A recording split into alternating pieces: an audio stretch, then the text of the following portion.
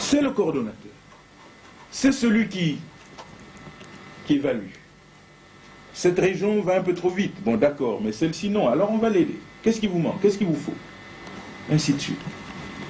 Mais il vous faut des hommes rompus. Et pour cela, il faut les former. Mais il ne faut pas les former, c'est pas, on ne vous retourne pas à l'école. Mais ça, c'est une accélération. Une autre type d'école. Qui n'a pas besoin de cartable. Qui n'a pas besoin de livres. En d'autres termes, j'appelle ça couramment l'école de la vie. Mais elle ne sera pas école de la vie, parce que s'il faut que je fasse passer l'école de la vie, mon Dieu, il faudra que, pour être homme politique, il faudrait que vous attendiez 50 ans, 60 ans. Mais non, c'est aberrant. Donc il faut accélérer le processus. Nous allons l'accélérer par une certaine forme de formation. Avec un peu de chance, et j'aurais souhaité, j'aurais aimé, n'était votre impatience à attendre que mes négociations aboutissent et que je vienne vous annoncer pour dire, écoutez mes chers amis, je suis en retard, je suis d'accord, mais voilà, vous allez tous passer à l'école. Et cette école ne recevra que forcément que ceux qui ont déjà des diplômes, ceux qui ont déjà la technique. Maintenant, il faut savoir utiliser cette technique. Les anglo-saxons appellent ça capacity building. J'avoue que j'ai du mal à traduire ça de manière aussi simple en français. Mais s'il y a des anglophones dans la salle, alors les paris sont ouverts. Alors trouvez-moi la plus belle définition de capacity building. À rédiger. Aptitude à l'évaluer. Aptitude à programmer.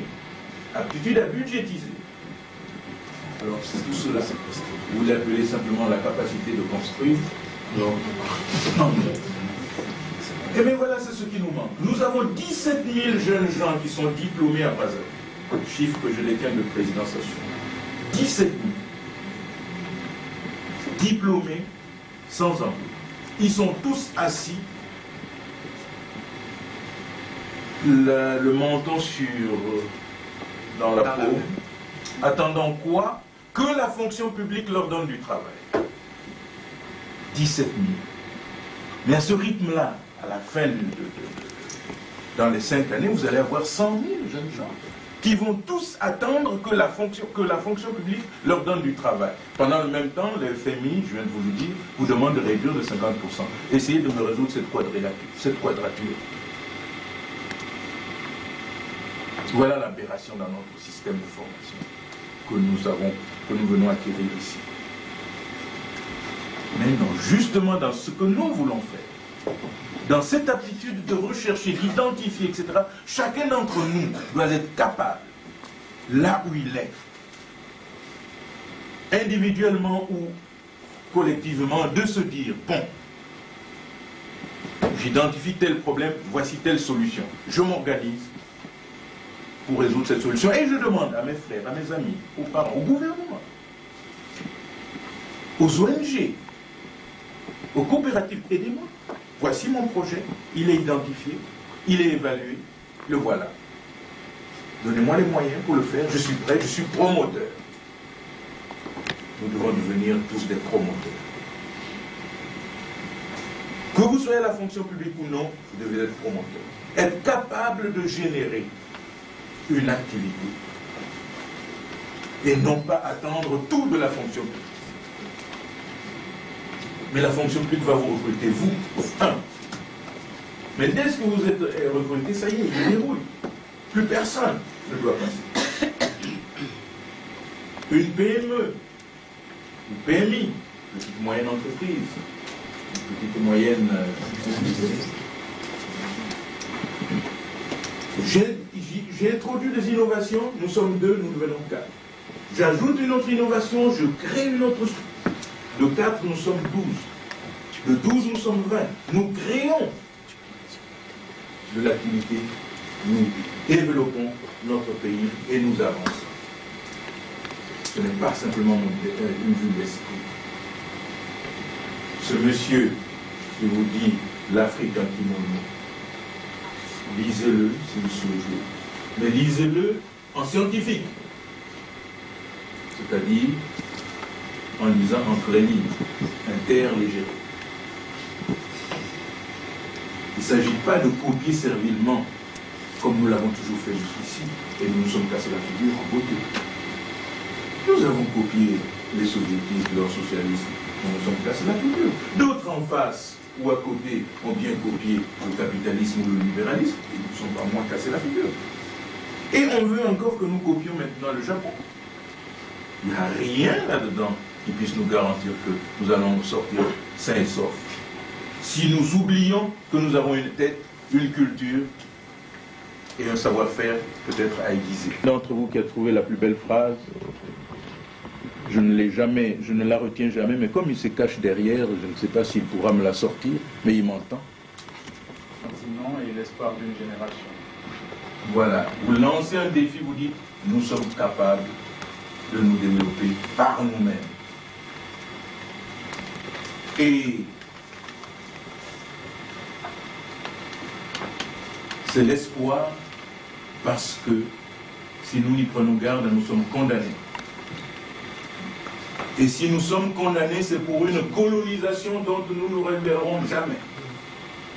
Parce qu'on va vous coloniser si on ne va pas vous réserver un bon génocide. Et c'est là où je voudrais terminer, mesdames et messieurs. Il y a très peu de dames. Est-ce Paris qui veut ainsi? Ou bien, les dames et une représentation qui soit à la hauteur de leur propre ratio. Car n'oubliez pas qu'elles sont 51%. Et que l'homme n'est que... Les hommes n'en sont qu'à 50%, mais ils trustent tout, vous voyez. Question, bien entendu, mais je voudrais vous donner, pour bien me faire comprendre sur cette question de génocide qui nous pend au nez, au mieux, mais au pire, parce que je préfère mourir que de subir une colonisation.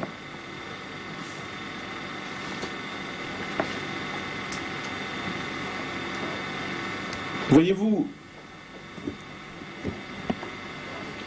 Monsieur Jean-Christophe Ruffin, qui a écrit L'Empire et les Nouveaux Barbares, dans son premier propos, dans son livre, les 25 premières pages, vous n'avez pas besoin de tout lire, vous lisez les 25 premières pages, je crois que vous êtes édifiés. Il nous dit, bon, maintenant que l'Occident a détruit le communisme, il n'y a plus d'ennemis. Quel malheur. Quel malheur. Il y a nécessité d'avoir un ennemi, alors on va le créer. Mais on n'a pas besoin de le créer, il est déjà là. Les barbares, les voilà. C'est vous qui venez envahir chez eux. Vous venez perturber leur civilisation, droit de sang. Écoutez, mais oui, mais c'est comme ça que ce problème se pose. Alors,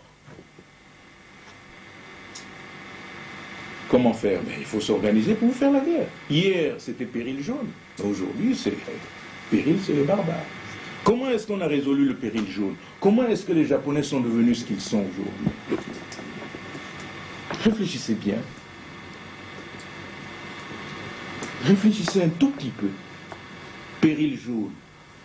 45, ils ont eu droit à Hiroshima, la bombe atomique. C'est pas eux qui avaient déclaré la guerre à l'Occident. C'était Hitler. On aurait pu larguer la bombe A sur Hitler, non. Péril jaune, on a largué la bombe là-bas. Ils en sont sortis fortifiés. Parce qu'ils avaient conscience qu'ils étaient en danger de mort. Qu'on était prêt à les éliminer. Alors, ils se sont arc-boutés. Cherchez bien en lisant l'Afrique en kimono, si vous avez le temps de le lire. Vous trouverez que, vous verrez quelque part, de temps en temps, cette notion de conscience de leur de leur bien-être, de leur vie. Vous avez conscience qu'ils étaient menacés. L'instinct de conservation est revenu. Bien sûr, il y a les aspects culturels, bien sûr, mais il y a cette conscience-là. Et ils se sont épuisés en eux-mêmes, ils ont puisé en eux-mêmes toutes les ressources de leur créativité, de leur génie. Et les voilà, petit à petit, ils ont mis en place ce qui fait d'eux aujourd'hui, qui les situe aujourd'hui parmi les plus puissants du monde.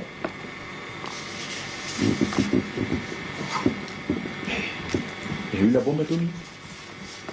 Quel est le type de bombe qu'on nous réserve? À nous.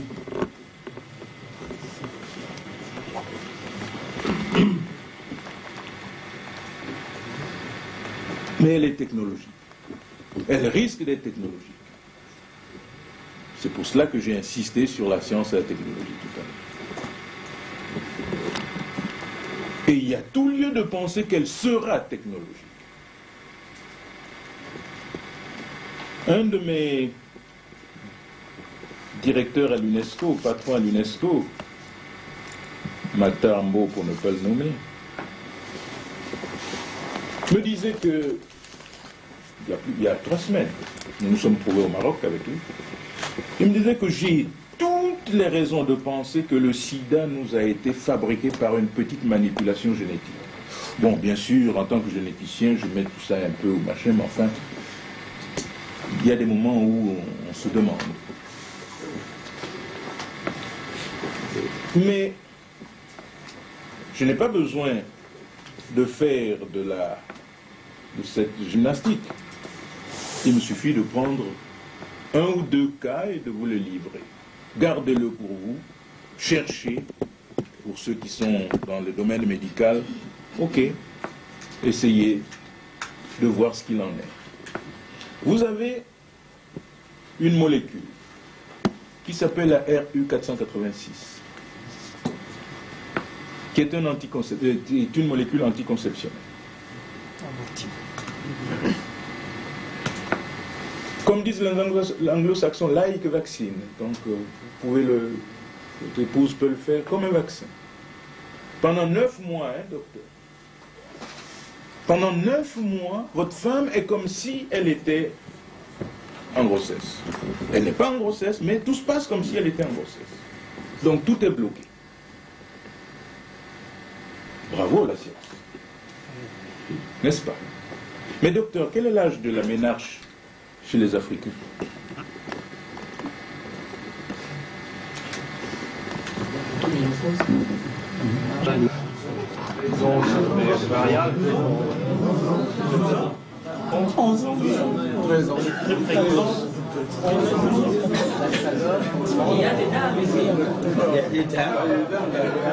S'il vous plaît, non, c'est autour de 11-12 ans. Imaginez maintenant, docteur, que vous vouliez éviter à ces jeunes personnes, 11-12 ans, les affres de maternité précoce. Et vous leur donnez cette molécule.